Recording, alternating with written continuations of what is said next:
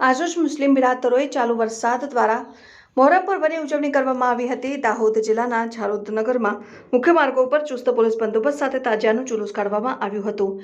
ઝાલોદ શહેરમાં મુસ્લિમ સમાજ દ્વારા મોહરમ પર્વની ઉજવણી કરવામાં આવી છે, ત્યારે આજે જેમાં મુસ્લિમ સમાજના મોહરમ મહિનાના 9 અને 10મા દિવસે તાજિયાના જુલુસ કાઢવામાં આવે છે। શહેરના તમામ મુખ્ય માર્ગો પર જુલુસ નીકળ્યું હતું અને સમગ્ર રાજ્યમાં આજે મુસ્લિમ બિરાદરો દ્વારા મોહરમની ભવ્ય ઉજવણી કરવામાં આવી રહી છે।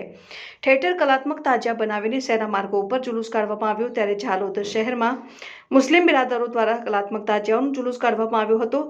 ઝાલોદ શહેરના કસ્બા વિસ્તારથી શરૂઆત કરીને મીઠા ચોક, કોળીવાડા, સ્વર્ણિમ સર્કલ, અર્બન બેંક સહિતના માર્ગો પર તાજિયાનું જુલુસ નીકળ્યું હતું। સમગ્ર તાજિયા દરમિયાન ઝાલોદ પોલીસ દ્વારા તકેદારીના ભાગરૂપે ચુસ્ત પોલીસ બંદોબસ્ત ગોઠવવામાં આવ્યો અને પોલીસ દ્વારા ખૂબ સારો એવો સાથ અને સહકાર આપવામાં આવ્યો। રિપોર્ટર અફઝલ ફકીરા, સંબંધ ભારત ન્યૂઝ, દાહોદ।